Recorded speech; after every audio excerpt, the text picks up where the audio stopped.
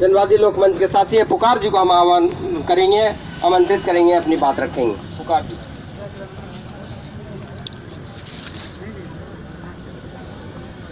धन्यवाद साथी।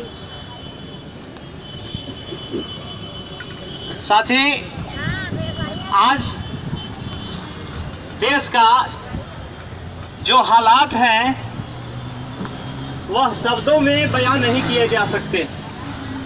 डाले रहे आम आदमी से लेकर समाज के वह हर गरीब और मेहनतकश वर्ग, मध्यम वर्ग और छोटे व्यवसायी वर्ग, सभी वर्ग इस महंगाई और इस व्यवस्था से त्रस्त है।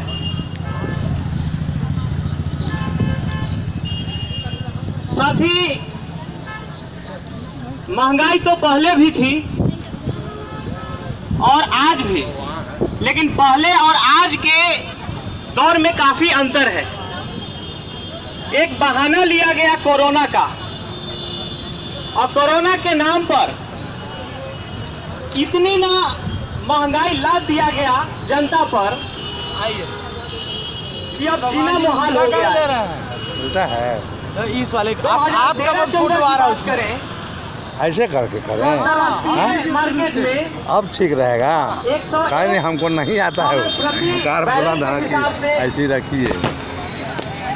पेट्रोलियम पदार्थ मिलता था, क्या बोला उसको, पुकार बोला कि ऐसी रखिए।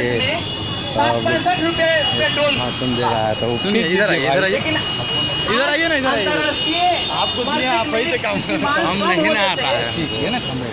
70-75 रुपए, हाँ ये देखिए रिकॉर्डिंग हो रहा है। $70-75 प्रति बैरल के हिसाब से मिल रहा है। हाँ ऐसे से लेकर और वहाँ तक पेट्रोल आज हमारे यहाँ ऐसे ही करना। 110 रुपए लीटर के हिसाब से मिल रहा है। चलिए, सीधे दुगना।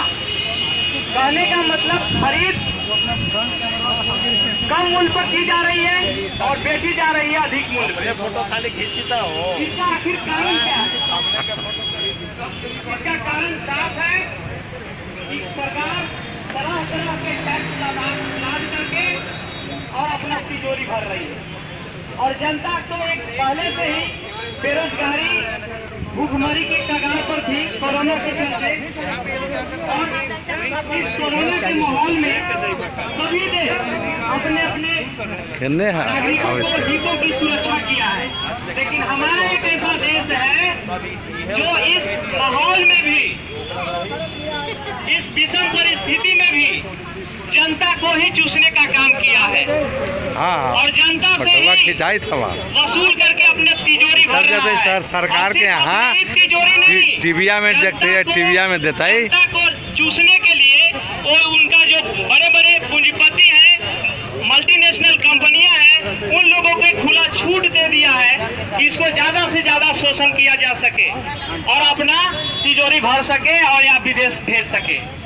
साथियों, ये हमारी जो व्यवस्था है, ये मोदी की सरकार और इसके व्यवस्थापक, यह सिर्फ आम जनता का ही नहीं, किसान, मजदूर, आदिवासी, जो मंझले और छोटे व्यवसायी हैं, उनका भी यह विरोधी है।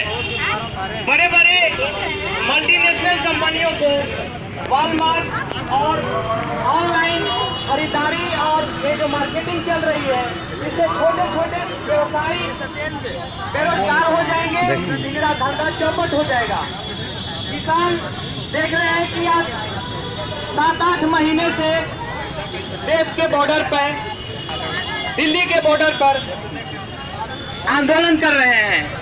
ये क्यों आंदोलन कर रहे हैं? अपना अस्तित्व बचाने के लिए, अपना जमीन बचाने के लिए और अपना देश के भूखमरी को मिटाने के लिए। साथियों, सरकार 3 कृषि जो कानून लागू किए, बनाए हैं, वह ऐसा कानून है जो हम लोग को पीडीएस में मिल रहा है, कुछ अनाज वो भी नहीं मिलने वाला है। उधर आदिवासी लोग अपने जल जंगल जमीन की और अस्तित्व की लड़ाई लड़ रहे हैं। वो भी संपत्ति विदेशी कंपनियों को और बड़े बड़े कॉरपोरेट घरानों को सस्ते दरों पर बेचा जा रहा है। इधर मजदूरों को अधिक शोषण करने के लिए 44 लेबर कोड को मात्र 4 लेबर कोड में बदल दिया गया है।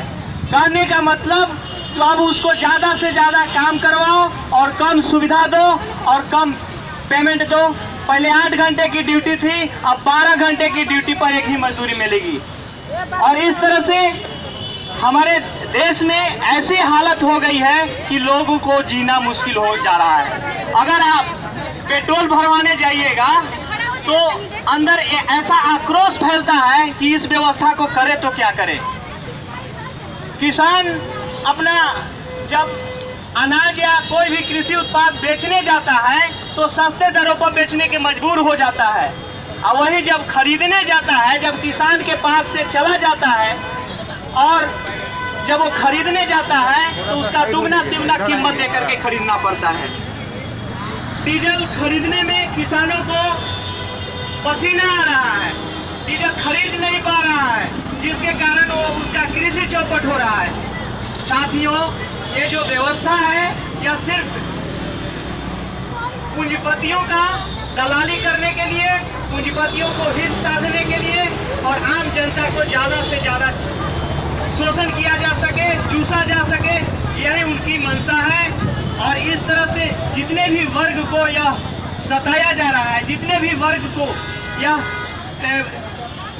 क्रश कर रहा है, उन सभी वर्गों से मेरा अपील है, वह छोटे व्यवसायी हो, मजदूर वर्ग हो, किसान वर्ग हो और मिडिल क्लास हो या आदिवासी समुदाय हो, सभी मेहनत कश वर्गों से मैं अपील करना चाहता हूं कि इस तानाशाही व्यवस्था को, शोषणकारी व्यवस्था को, इस व्यवस्था को खत्म करने के लिए एक ही उपाय है और वह है संघर्ष। बिना संघर्ष का यह संभव नहीं होगा और बिना संघर्ष का ये मानववादी व्यवस्था को कायम नहीं किया जा सकता है। मैं इन्हीं शब्दों के साथ मैं तमाम साथियों को, तमाम जन संगठनों को, जनशक्तियों को मैं आह्वान करता हूं कि अपने अंतर विरोधों को भुला करके इस व्यवस्था के खिलाफ एकजुट हो और इसको नेस्तनाबूद करें। धन्यवाद।